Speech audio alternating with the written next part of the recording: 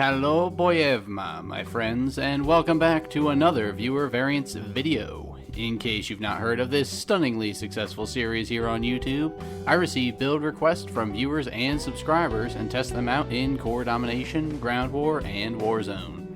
I then rate the builds in each area before giving them a final rating. This here be me ratings chart in case any of you were curious.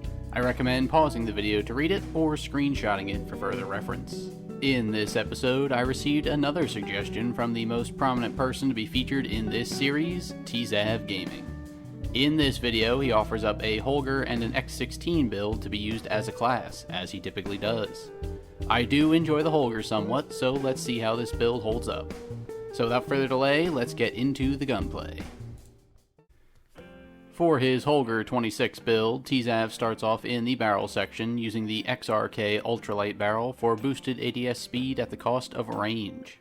The FSS integral sight offers a clear sight picture with only the most minor of ADS speed losses. Rubberized grip tape is applied for boosted recoil control. The 30-round magazines greatly cut our ammo capacity but offer all manner of boosted mobility. And the Commando foregrip finishes this build in order to stabilize our recoil and aim at the cost of movement speed. Since specific perks were requested, I'll be noting them here. For perk 1, we're using Cold-Blooded to hide from AI kill streaks as well as thermal scopes.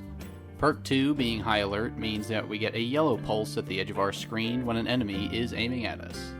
Perk 3 is Spotter, which allows us to see equipment and kill streaks through walls, spot them for teammates, and even hack claymores and proximity mines.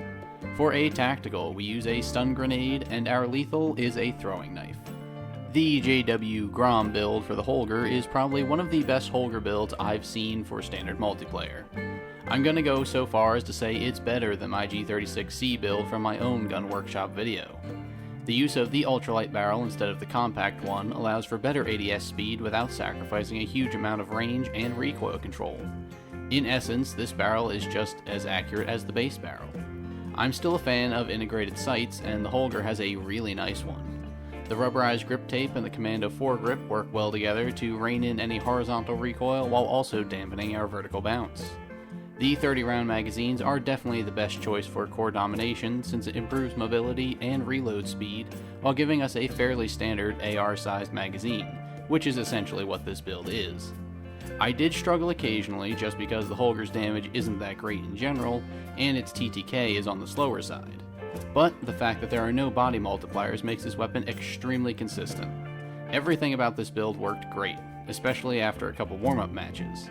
Cold-Blooded is helpful for dodging kill streaks, High Alert provides great situational awareness, and Spotter prevented me from running into claymores.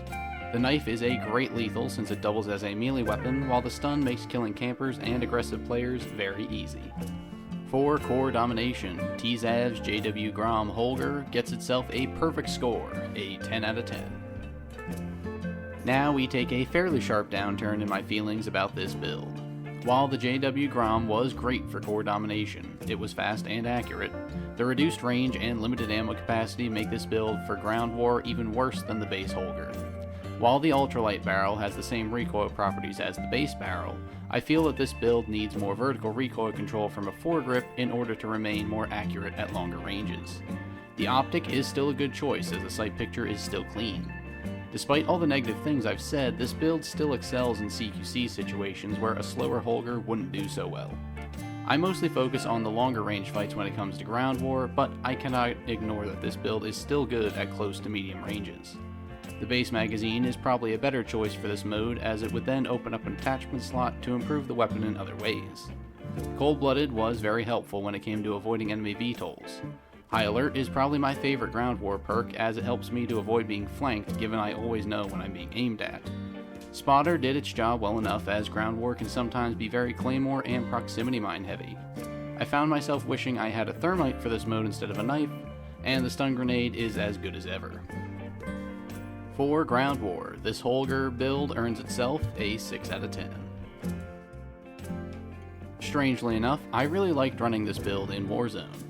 I was worried that the weapon would feel too weak, which at times it does, but I really do like the consistency of the build. The Holger doesn't have any damage multiplier areas, so no matter where you hit your enemy, the TTK values remain the same.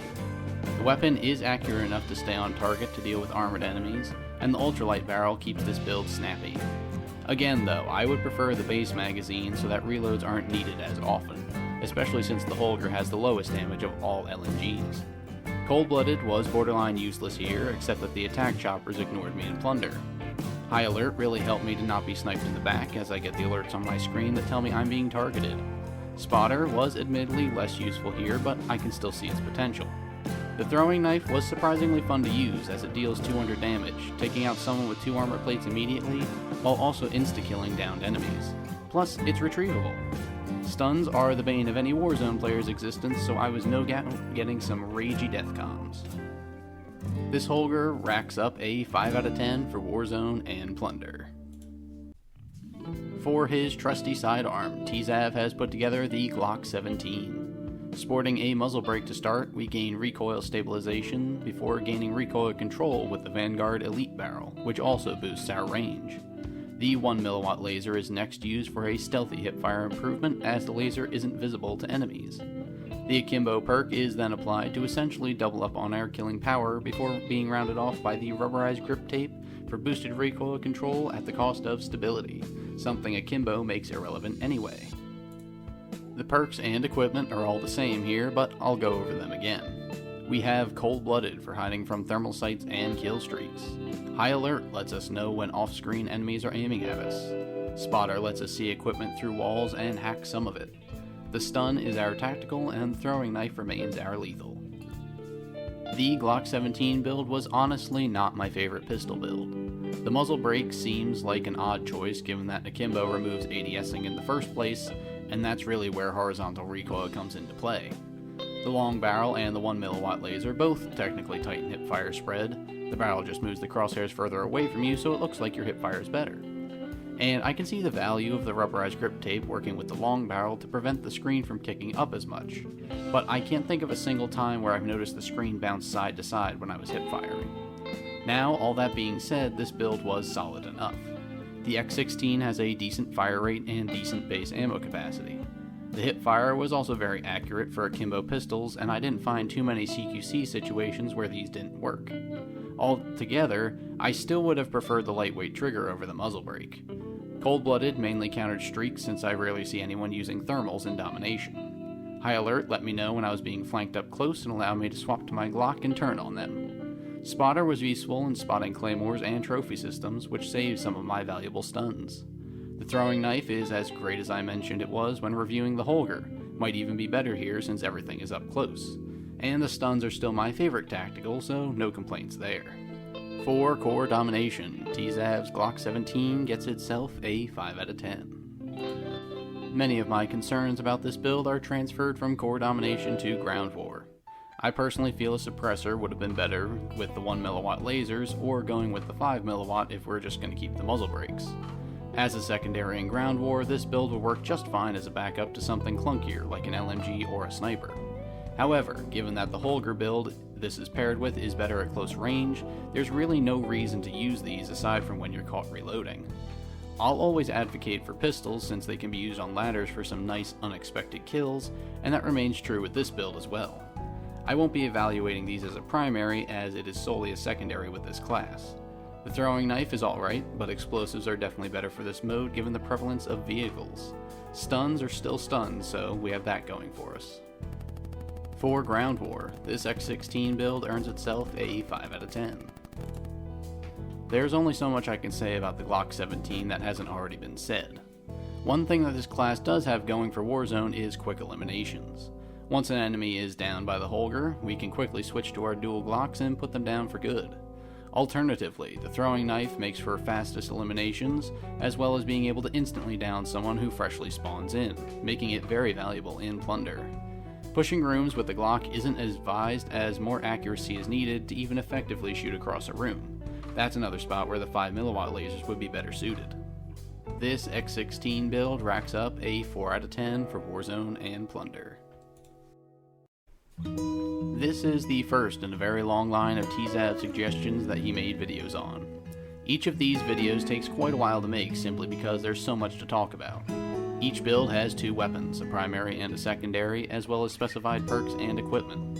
all of which need to be factored into a rating. While this video followed a very similar form to all my other viewer variance videos, going forward, if someone suggests an entire class, I'll only address the perks and equipment during the primary review section. Also, provided the secondary isn't an overkill secondary, I won't be looking at sidearms as primaries in terms of evaluation. I'll simply rate their effectiveness as a backup. With that out of the way, we finally concluded this episode of Viewer Variants. TZAV.GAMING's very in-depth suggestion of a Holger built as a better G36, as well as his Akimbo X16s, has been covered. I was far more impressed with the Holger build than I anticipated being. In core domination, it received my highest mark available because it's literally better than what I had previously suggested for a close-range Holger build. However, just as with my original G36C, the closer range Holger struggles at range and is worse the further you are from your target. The weapon is very consistent, but this build needs more recoil management for those longer fights. The Glock 17 build wasn't as good as other pistol suggestions I received from TZAV, but it is relatively solid overall. Cold-blooded isn't my favorite perk, but allowed me to ignore the warnings about VTOLs, and that was a nice change of pace. High Alert is probably my third favorite perk, or maybe my second, but it's very useful in literally every mode. Spotter was mostly a boon when playing against Claymore and Proximity Mine users, so spotting them or grabbing a quick hack through a wall is a great feeling. I personally enjoyed using the throwing knife, as it was initially the only lethal I would run until I became a Semtex junkie. Stuns have always been my favorite tactical, so I'm glad that we got to use those on this class. For a final rating, TZAV's JW-GAMING and Glock 17 class gets itself a 7 out of 10. The Holger is such a good build for domination, but its high rating there can only be balanced out by its average performance in the other two game modes, while also being paired with a painfully average pistol. And that's all, folks. I'm glad you stuck around for this long video. I really appreciate your time. If you liked what you saw or heard, feel free to drop me a like or let me know what you thought down in the comments below. I read and respond to every comment, so feel free to say whatever's on your mind. If you think I deserve it, or if you just want to see more great Modern Warfare content, you can always hit that subscribe button as well. Don't forget to ding that bell too. So with that, I bid you all adieu. Thanks again for sticking around. I really hope you've all been having a great day and a great week. I've been your friendly neighborhood doodle man. You've all been awesome, and I will see you later.